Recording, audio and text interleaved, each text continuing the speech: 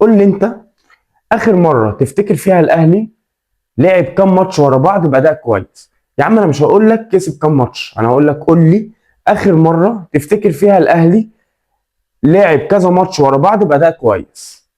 اراهنك على اللي انت عايزه ان انت مش هتفتكر، على اللي انت عايزه. فكر زي ما تحب، فكر ان شاء الله تفكر للسنه الجايه مش هتلاقي. قول لي انت في كاس العالم للانديه، مرورا بالدوري المصري، مرورا بالماتشين اللي اتلعبوا في دوري ابطال افريقيا مع الفريق البروندي اللي احرج الاهلي هنا في القاهره بالمناسبه يعني. بس قول لي انت ماتشين ورا بعض لعبهم الاهلي حلو. الماتش الوحيد اللي هتقول فيه الاهلي لعبه حلو هو كان ماتش الزمالك اللي الاهلي كسبه 2-1. طيب هل الاهلي اصلا لعب حلو في الماتش ده؟ لا. طب ايه اللي كسب الاهلي الماتش ده؟ اقول لك انا اللي كسب الاهلي الماتش ده يانيك فيريرا مدرب الزمالك. لو الزمالك عنده اي مدرب تاني كان الزمالك كسب الماتش ده. قول لي انت ايه اللي بيقدمه لعيبه الاهلي في الملعب اللي هو يعتبر ده افضل موسم انتقالات في تاريخ الاهلي على الناحيه الهجوميه. قول لي انت، هو ده بن شرقي؟ انت عارف بن شرقي في ماتش بتروجيت ضيع الكره على الاهلي كام مره؟ عارف بن شرقي في ماتش بتروجيت كام كوره اتصرف بيها غلط؟ هو ده محمد علي بن رمضان اللي من كاس العالم للانديه ما جاش. محمد علي بن رمضان راح امريكا مع الفرقه، قدم 3 ماتشات جمال جدا، او ماتشين كمان، ماتش بالميراس البرازيل اللي كان في الجوله الثانيه كان كل لعيبه الاهلي سيئه، وما جاش تاني، ما جاش مصر لسه. محمد علي بن رمضان ما جاش مصر لسه. الجمهور حاول يرفع من روحه المعنويه في ماتش افريقيا قدام الفريق البروندي لما عمل الاسيست لعمر كمال عبد الواحد، ولكن انت بتلعب فريق من بروندي في الاول والاخر. طيب هل ده زيزو؟ هل ده زيزو اللي كان شايل فرقه الزمالك على كتفه وماشي بيها؟ هل ده زيزو اللي كل حاجه بيفكر فيها دلوقتي ان هو يروح يعترض على القرارات التحكيميه؟ هل في ماتش الاهلي وبتروجيت، هل في ماتش الاهلي وبتروجيت انت حسيت ان لعيبه الاهلي عندها الحميه انها تكسب الماتش؟ انا قاعد بتفرج على الماتش، لا انا حسيت ان لعيبه بتروجيت هي اللي عايزه تاخد تعمل حاجه في الماتش ده، هي اللي عايزه تثبت حاجه. انت بقى عدى عليك كام ماتش من اول الموسم الاهلي بيلعب فيه حسيت ان المنافس هم دول اللي لابسين تيشيرت الاهلي، وان لعيبه الاهلي هي اللي لابسه تيشيرت المنافس؟ كم مره من اول الموسم الاهلي لما بيستقبل جول بيبقى صعب ان انت ترجع؟ الكابتن محمد الشناوي، بتفرج على فيديو كده اي قبل ما اطلع الحلقه، لقيت ان في موسم 2010 لما الزمالك كان المدير الفني الكابتن حسام حسن غلط نفس الغلطه اللي غلطها في ماتش بتروجيت، الجون اللي جابه حامد حمدان، غلط نفس الغلطه تقريبا، طلع غلط، قدر الكره غلط، الكره جت في جول. في ماتش الزمالك كان هو بقى وقتها في ماتش الزمالك اللي بحكي لك عليه ده يا باشا، كان محمد الشناوي حارس في طلائع الجيش، هو لسه صغير، طلع على الكوره فاول اتلعب من شيكابالا، طلع غلط، قدر الكوره غلط، خبطت في دماغ لعيب الزمالك، رجعت لمحمود فتح الله اللي سجلها جول للزمالك في الماتش ده. وكان في تعليق شهير للكابتن محمود بكر، مش هقوله، ممكن انت تشوف على فكره وتتابع وقارن الجولين ببعض، هتلاقي ان الجولين صوره طبق الاصل. ان الكابتن محمد الشناوي، بص انت في 2010، احنا النهارده في 2000 في 2025 بعد 15 سنه نفس الغلطه تقريبا لحارس مصر الاول من 2017 او 2018 لحد النهارده. تروب مدرب الاهلي في رابع ماتش ليه، ماتشين في افريقيا، ماتش الاتحاد السكندري وماتش بتروجيت. ماتشين افريقيا، الماتش اللي كان في بوروندي عدى عادي من غير ما الناس تحس، الاهلي كسب 1-0. ماتش القاهره تم احراج الاهلي شويه، ولكن بخبره الاهلي طبعا الافريقيه، اكبر فريق في افريقيا، قدر الاهلي ان هو يكسب 1-0 بجول عمر كمال عبد الواحد. ماتش الاتحاد كنت ماشي الماتش كويس لمده 60 دقيقه، فجاه الاتحاد جاب جول، الفرقه ما تعرفش ايه اللي حصل، اللعيبه اتوترت، الاتحاد كان هيرجع في النتيجه لولا الراجل بتغييراته اما نزل عمر كمال عبد الواحد ونزل محمد شكري، وخلى محمد هاني مدافع ثالث جنب ياسر ابراهيم وجنب ياسين مرعي، قفل الدنيا. لعيبه الاتحاد تراجعت شويه خصوصا بعد طرد كريم الديب، فرجع لعيبه الاهلي للماتش في اخر 5 دقائق وقدر الاهلي يكسب الماتش بالصعوبه بعد ما كان كسبان 2-0 وكل الامور مهيئه لسكور للنادي الاهلي. في ماتش بتروجيت لا، بتروجيت نازل اول 20 دقيقه هو المتحكم في رتم الماتش. بتروجيت نازل 20 دقيقه تحس ان لعيبه بتروجيت هي اللي لابسه اسود، ولاعيبه الاهلي هي بتروجيت ولا بس لابسين احمر. هم اللي مسيطرين في كل حاجه، في مدرب موجود على الخط الكابتن سيد عيد. يعني لما حس ان الاهلي بدا يرجع وبيدخل الماتش، لما حامد حمدان جاب الجول في الدقيقه 11، فبدا يحس ان ايه، لا لعيبه الاهلي بدات تمسك كوره، بس برضه انت ما فيش خطوره. بس بدا ايه، الراجل شغال على الخط، جه في الشوط الثاني شغال بينزل تغييرات يامن خطوطه. الاهلي بصعوبه جدا قدر يتعادل بهدف جراديشار. وبالمناسبه وباين من اول يوم لتراب ان هو هيعتمد على جراديشار كمهاجم للاهلي، يبقى هو المهاجم المحطه اللي موجود ويفتح المساحات سواء لزيزو لتريزيجيه او لبن شرقي. طبعا قبل الماتش كان اتقال ان جراديشار مصاب، فتحط الراجل على الدكه، فحاول ان هو يلعب اللعبه دي بمين؟ بطاهر محمد طاهر. قبل ما جالك في نقطه طاهر اللي منذ عودته من الاصابه في كاس العالم للانديه لما اتصاب، هو ده واحد تاني. بس قبل ما اجي لك واكلمك في نقطه طاهر، عايز اكلمك بس في حاجه. انت ليه كنادي اهلي جبت محمد شريف؟ انا عايز حد يجاوبني على الموضوع ده. ليه كنادي اهلي جبت محمد شريف بس؟ اما وسام ابو علي مشي، الطبيعي اللي هيلعب مهاجم اساسي في الاهلي طول الوقت هيبقى محمد شريف. هل محمد شريف قدم اي شيء باستثناء بعض اللقطات اللي ممكن لو جمعتها في فيديو من اول ما رجع الاهلي ما تكملكش 5 دقائق؟ هل قدم شيء يستحق عليه ان انت جبته؟ انت اصلا شفت الهيستوري بتاعت محمد شريف وهو موجود في السعوديه؟ انت ما شفتش. بدليل ان انت الراجل اللي هيكمل معاك مش معتمد عليه، مش حاطه لعيب اساسي. لما غاب المهاجم اللي هو هيعتمد عليه كلاعب اساسي، هو لاعب واحد تاني اللي هو طاهر محمد طاهر، اللي اصلا مش شايف من بعد العوده من كاس العالم للانديه. طيب طاهر محمد طاهر لما جه زيزو، انت كنت بدات الموسم اللي فات اداء كان جيد جدا، وجمهور الاهلي وقتها كان بيقارنك بزيزو، وكنت خلاص خدت مكانك كوينج يمين في النادي الاهلي. بعد كده يعني اراده ربنا اتصبت شويه، رجعت تاني بدات تستعيد مستواك، وهكذا وهكذا لحد رجع السنه دي جه زيزو. فالناس قالت ان انت هتختفي شويه. مع كده ربنا عايز يساعدك ولسه موجود في الصوره، لسه بتلعب، خدت ماتشات كتير جدا كاساسي. فين مستواك؟ فين الحميه بتاعت طاهر محمد طاهر اللي كانت موجوده قبل الاصابه اللي جات لك في الدوري الموسم اللي فات؟ انت كنت بادئ موسم ولا اروع الموسم اللي فات، ونهايه الموسم اللي قبله برضه جيد. طب ربنا هو واقف معاك، ربنا عايز يساعدك، لسه انت موجود في الصوره، انت ما اختفيتش. امال احمد عبد القادر يعمل ايه اللي كان غايب خالص وبدا يرجع واحده واحده، ومع كده لما بينزل بيحاول يقدم حاجه؟ انت فين يا طاهر؟ فين طاهر محمد طاهر؟ بتجيلك الفرصه بتلعب يمين ما بتعملش حاجه، تلعب شمال ما بتعملش حاجه، تلعب مهاجم برضه ما بتعملش حاجه. طب ما هو لما هتقعد هتزعل. طب ما انت الفرصه ما مسكتش فيها. نيجي بعد كده سواء ريبيرو او الكابتن عماد النحاس او ياستروب المدير الفني الجديد طبعا للنادي الاهلي، حاولوا كلهم جاهدين يدوا الحريه في الملعب لمين؟ لمحمود حسن تريزيجيه. هل الكابتن محمود حسن تريزيجيه في كل الماتشات اللي لعبها في المركز 10 او اللي ليه حريه في الملعب، مش هقول لك مركز 10 لان تريزيجيه مش صانع العاب ومش بيجيد كصانع العاب خالص، وان اصلا تريزيجيه من وقت ما رجع مش ده تريزيجيه قبل الاحتراف طبعا يعني. بس خلينا ايه نتكلم. هل تريزيجيه لو هو معاه الحريه في الملعب مقدم اي شيء يخليك تحس ان الاهلي هو ده الراجل اللي هياخد الفرقه وراه ويهاجم بيها؟ لا. ليه؟ لان تريزيجيه مركزه وينج شمال. انت عايز تريزيجيه وبن شرقي في الملعب، ما تتوقعش تألق تريزيجيه. طب تريزيجيه هو اللي في المركز ده، ما تتوقعش تألقه. طب ايه اللي هيحل المشكله اللي موجود فيها الاهلي؟ هي عوده امام عاشور. امام عاشور هو حل كل مشاكل الاهلي. عشان بس الناس اللي هي ايه بتقول لك امام عاشور ما يستاهلش اللي طالبه ويرضى بشروط الاهلي. طب ما انت وافقت تبيع وسام ابو علي وفرحت بفلوس وسام ابو علي ان هو هيدخل لك 7 ولا 9 مليون يورو او 9 مليون دولار، مش فاكر قوي دلوقتي يعني. بس انت فرحت بده.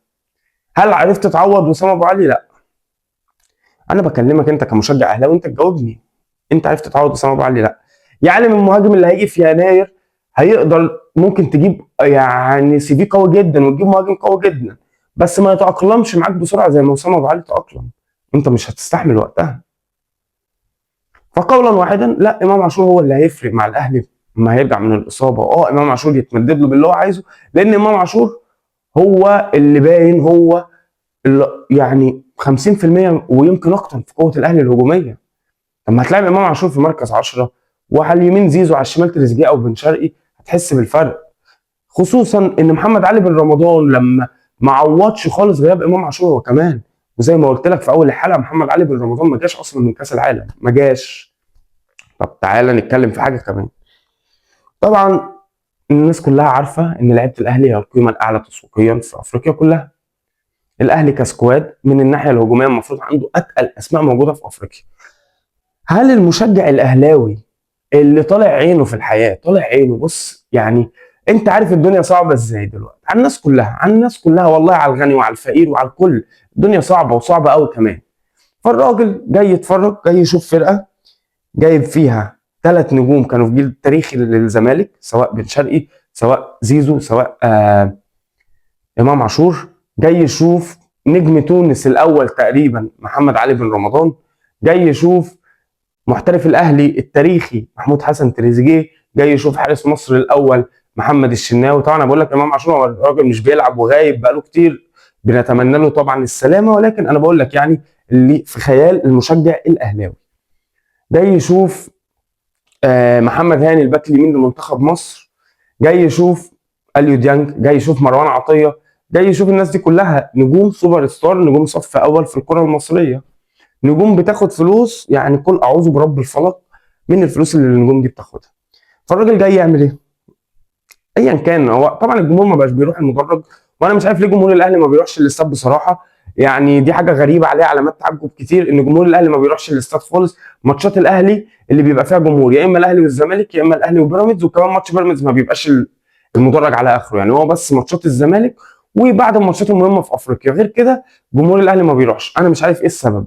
بس يا عم انا هكلمك على ال1000 2000 اللي بيروحوا المدرج، والملايين اللي قدام الشاشات سواء في القهوه او في البيوت.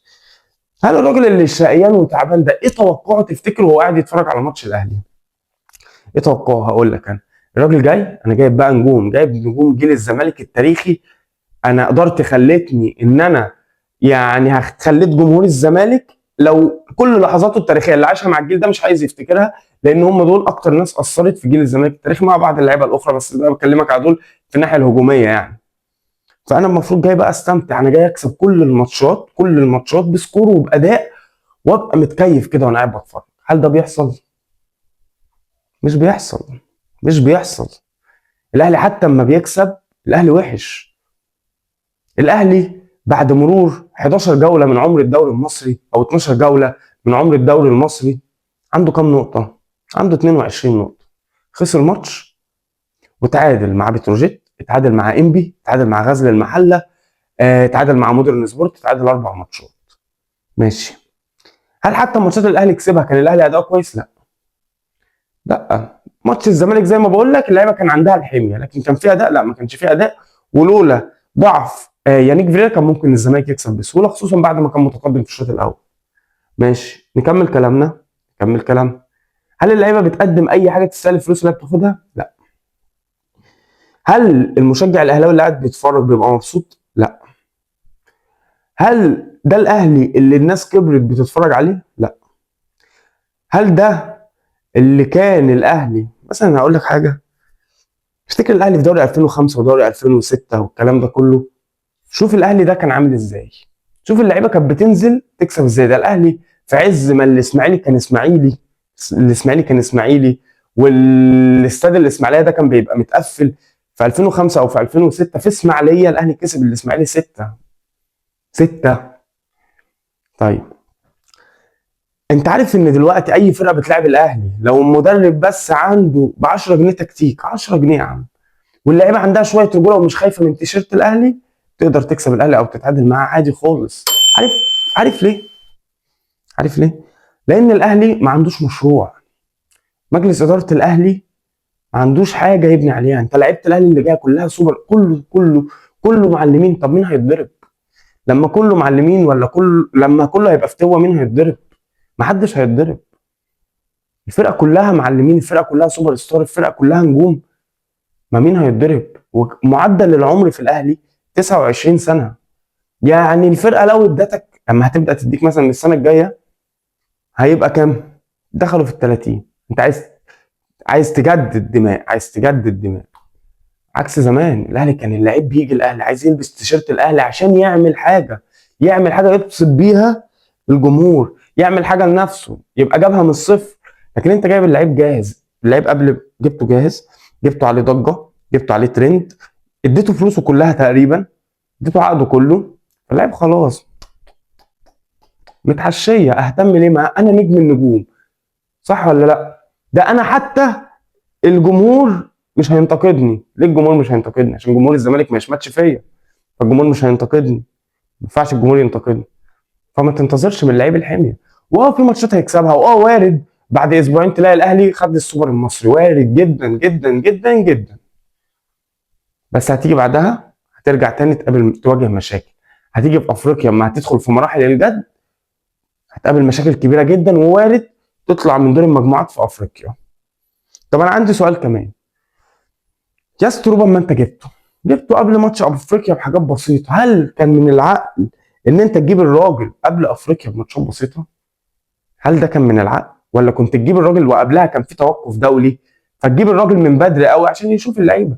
انت حتى الراجل لما جه اللعيبه اصلا كانت مع المنتخبات، سواء منتخب شباب ولا منتخب اول ولا المنتخب الثاني اللي بيدربه الكابتن حلمي طولان. فاللعيبه اساسا ما كانتش برضو، يعني الراجل عرف اللعيبه متاخر، والراجل لسه بيعرف اللعيبه، لقى نفسه في افريقيا، لقى نفسه في دوري، وهيلاقي نفسه في سوبر مصر. والا لو دخلت السوبر وصلت النهائي خسرت من الزمالك ولا من بيراميدز، ممكن الراجل يتحرق بدري بدري بدري بدري، صح ولا لا؟ خصوصا لو من بيراميدز على فكره اكتر من الزمالك، لان دي هتبقى الخساره الثانيه من بيراميدز السنه دي. ده اللي انا عايز ايه اقوله لك. في كمان يعني انا مش عارف، في كلام كتير قوي على فكره انت ممكن تتكلمه، بس الماتش كماتش اللي هيطلع يحللك ان لعيبه الاهلي عملت حاجه في ماتش بتروجيت والله يبقى بيضحك عليك. انا عايزك تشوف اللعيبه في لعيبه الاهلي في ماتش بتروجيت. ويا جماعه اعلام النادي الاهلي، الناس اللي بتطلع تتكلم باسم النادي الاهلي، يا بخت من بكاني وبكى عليا ولا ضحكني وضحك الناس عليا. يعني ايه؟ يعني شايف حاجه وحشه قولها انها وحشه. شايف بن شرقي عمال يعك بالكوره وعمال ياخد قرارات كلها غلط، قول ان بن شرقي وحش. هو ايه؟ انا عايز اعرف ايه اللي بن شرقي عمله مع الاهلي ان الناس شايفه ان بن شرقي بيعمل حاجه في الاهلي. انا نفسي اعرف، نفسي اعرف. كل ده عشان جمهور الزمالك ما يشمتش؟ طب ما هو الراجل وحش. الراجل الماتشات اللي بيفوق فيها هي الماتشات اللي بتبقى سهله. يعني مثلا الاهلي السنه اللي فاتت في اخر الدوري اما كسب فاركو 6-0، بن شرقي ظهر في الماتش ده، الماتش سهل. الاهلي لما كسب كهرباء الاسماعيليه 4-2 وبن شرقي جاب جول من الفاول، بن شرقي ظهر، ماتش سهل. ماتش الاتحاد السكندري بن شرقي قدم ماتش كويس، لان الماتش لحد الدقيقه 60 كان الماتش سهل. لكن قول لي ماتش صعب، ماتش معقرب بن شرقي عمل حاجه؟ قول لي ماتش سان داونز اللي الاهلي خرج فيه من افريقيا السنه اللي فاتت لما بن شرقي نزل عمل ايه؟ قول لي حاجات كتير قوي بن شرقي لعب كان موجود فيها. قدم ايه اشرف بن شرقي؟ الناس بتدور لبن شرقي على اي حاجه، اي حاجه، وهو الراجل ما فيش. محمد علي بن رمضان نفس الكلام، زيزو كل حاجه هتخانق مع الحكم، هتخانق مع الحكم. الاسيستات بتاعت زيزو عماله تتحسب، الراجل بيرفع كورنرات يا جماعه. فين محمود حسن تريزيجيه؟ فين كابتن الاهلي في ارض الملعب؟ يا اخي ده انا بحس ان اقوى شخصيه موجوده دلوقتي في لعيبه الاهلي هو بصراحه محمد هاني. محمد هاني الاستثناء الوحيد في قائمه الاهلي او في اللعيبه اللي بتلعب في الاهلي اللي بيحاول يقدم حاجه على فكره. الراجل ده هو الوحيد اللي بيحاول يقدم حاجه. لعيبه بتروجيت مسيطره على الملعب كله. ده في اخر الماتش لما الكابتن سيد عيد اللي ليه كل الاحترام بصراحه على الجيم اللي عمله قرر يلعب على التحولات، لا بتروجيت ضيع كوره كان ممكن يكسب الماتش بسهوله. ولسه هتلاعب المصري الماتش الجاي، فالدنيا هتبقى ايه؟ اصعب. فاخر حاجه قبل ما اختم الحلقه، انا عارف اني طولت عليك بس انا زي ما بقول لك مفيش حاجه تتحلل في اداء لعيبه الاهلي. كابتن سيد عيد مشى اصلا الماتش زي ما هو عايز، ولما لعب على التحولات كان هيخطف كمان. لعيبه الاهلي ما بتقدمش اي حاجه في الملعب، ما بتقدمش اي خطوره. تروب حاول اللعبه اللي بيحاول يلعبها بجراديشار حاول يعملها بطاهر ان هو اللي يبقى المهاجم الوهمي ويفتح المساحات لزيزو والبن شرقي والتريزيجيه، ما نفعتش. اعتمادك على تريزيجيه كهو اللعيب الحر اللي في خط هجومك كل مره بتفشل وانت مقتنع انها هتنجح، هي ما تنفعش ولا بزيزو ولا بالتريزيجيه. ممكن اللي يقدمها بن شرقي اللي بيقدم مستويات سيئه جدا، ولكن هيحلها لما امام عاشور يرجع. محمد بن رمضان مختفي، مروان عطيه ماتش حلو او ماتشين حلو، ماتش وحش، حاجات كتير. لعيبه بتروجيت هي اللي عندها اصلا الحميه في الملعب. جمهور الاهلي انا مش عارف فين جمهور الاهلي في المدرجات. اعلام الاهلي مش كل حاجه حلوه، لا الدنيا مش جنه ولا الدنيا وردي كده، لا اتكلم في الوحش عشان الناس تصلح من اخطائها. اتكلم في اخطاء كتير قوي حصلت. اتكلم اقول لك على حاجه وما تزعلش مني كمشجع يعني ايه للاهلي. الزمالك وجمهور الزمالك لو الزمالك تعثر في اي ماتش حقهم او مش حقهم، بس اي عذر هيقولوه اللي هو الناس هتطلع لنفسها اعذار هتبقى مقبوله بصراحه. فرقه لعيبه ما بتاخدش فلوس، لسه واخدين فلوسهم النهارده، بس قبل كده ما كانوش بياخدوا فلوس. لعيبه بتستلف من بعض، لعيبه عندها مشاكل الدنيا والاخره، وي وي وي وي وي فهيطلعوا اعذار وممكن ايه يمشوا فيها شويه. مع ان انا ما بحبش الاعذار على فكره. بيراميدز لو تعثر فما حدش ايه، خلينا صراحه برده مع بعض، ولا الاعلام ولا الجماهير حد ايه مركز مع بيراميدز ولا في الفرحه ولا في الزعل. لكن الاهلي ما فيش اعذار، الناس واخده فلوسها، جايب كل نجوم مصر، فرقه المليار زي على راي يعني الكابتن محمد ابو تريكه، كل فرقتك سوبر ستار، فانت ليه بتتعثر؟ يعني ايه بعد مرور 12 جوله او 11 جوله من عمر الدوري المصري بكل النجوم دي يبقى عندك 22 نقطه، في المركز الثاني سيراميكا هو المركز الاول ب 24 نقطه، والمصري لو كسب ماتشه هيعديك، هيبقى 22 نقطه قصدي زيه زيك، وهتلعبوا بعد الماتش الجاي لو كسبك يعديك، الزمالك يبقى تحتك بنقطه، بيراميدز لو كسب مؤجلاته كلها يبقى هو اللي متصدر وانت تبقى ثالث ولا رابع بكل النجوم دي. اكيد الاهلي في ماتشات هيكسبها، وارد زي ما بقول لك يكسب السوبر، ولكن هيبقى ماتش حلو وماتشين حلو لكن بعد كده لا. هل ده شكل فرقه هتكسب افريقيا؟ لا طبعا. فعشان نختم الحلقه، النهارده طبعا ما فيش تقييم، لان انا لو قيمت لك اداء لعيبه الاهلي انا هبقى يعني ما تزعلش مني، بس انا هبقى كاني بضحك عليك وبقول لك ايه يعني، انا هبقى كاني عايزك تكمل معايا الحلقه وخلاص، بزود ايه مده مشاهده الحلقه على حسك انت، فانا مش هعمل ده، مش هقيم لعيبه الاهلي لان اكيد كلهم صفر، باستثناء بس ممكن محمد هاني اللي بيحاول يقدم حاجه وبيحاول يجتهد بصراحه. غير كده لا، في مشاكل كبيره جدا جدا جدا. الجول اللي جابه حامد حمدان من عمق دفاع الاهلي ده اتكرر كتير قوي على مدار الموسم. في مشكله قلت لك مليون مره، الاهلي عنده مشكله كبيره جدا في جوده افراد المنظومه الدفاعيه عنده، الناس اهتمت بالهجوم وسابوا خالص فكره الدفاع. فالاهلي اساسا عايز فرقه في الناحيه الدفاعيه، لو ما جددش الاهلي ديانج هيبقى عايز مركز 6 يبقى موجود مع مروان عطيه، لان ما ينفعش مروان عطيه يبقى لوحده. انا عايز اقول لك بخصوص برضو ماتش الزمالك اللي انا بقول لك ده الماتش الوحيد اللي يمكن الاهلي لعبه كويس بسبب ان اللعيبه كان عندها حميه، مش اكتر حاجه افتكرتها كده دلوقتي انا بتكلم معاك. انت في ماتش الزمالك في الدقيقه 5 الكره اللي اخوان بزيره رقص فيها وكمل وعداء الدباغ ضيع الكوره، انت شفت مروان عطيه اترقص في الكوره دي ازاي؟ انت اكيد ايه الفلاش باك عندك هيشتغل دلوقتي وهتفتكر مروان عطيه اترقص في الكوره دي ازاي. عارف الكوره دي لو كانت جول كان ولو الزمالك كان كسب كان مروان عطيه اتعمل عليه كوميكسات لحد النهارده. فاخيرا قبل ما نختم الحلقه، الناس في الاهلي محتاجين وقفه مع نفسهم، حتى لو كسبت السوبر وارد قوي بعد كده تقابل مطبات ومشاكل كتير.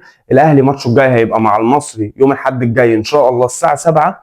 الاهلي دلوقتي في المركز الثاني ب 22 نقطه بعد، اما بتروجيت فهو كمان يوم الاحد هيلاعب سيراميكا كليوباترا الساعه 7 وبقى في المركز ال 12 برصيد 15 نقطه. كنت معاكم انا خالد، يا رب الحلقه عجبتكم وتبقى كانت خفيفه عليكم. قول لي بقى في الكومنتات لو عجبتك الحلقه توقعك الاهلي هيعمل ايه في كاس السوبر المصري من 6 نوفمبر الى 9 نوفمبر؟ هل هيعدي سيراميكا ويوصل للنهائي؟ هل هياخد البطوله؟ هل هيخسر في النهائي؟ ايه اللي هيحصل؟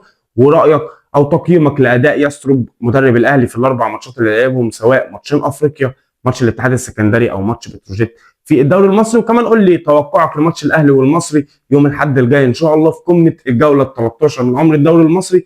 كنت معاكم انا خالد، يا رب الحلقه كانت تبقى خفيفه عليكم.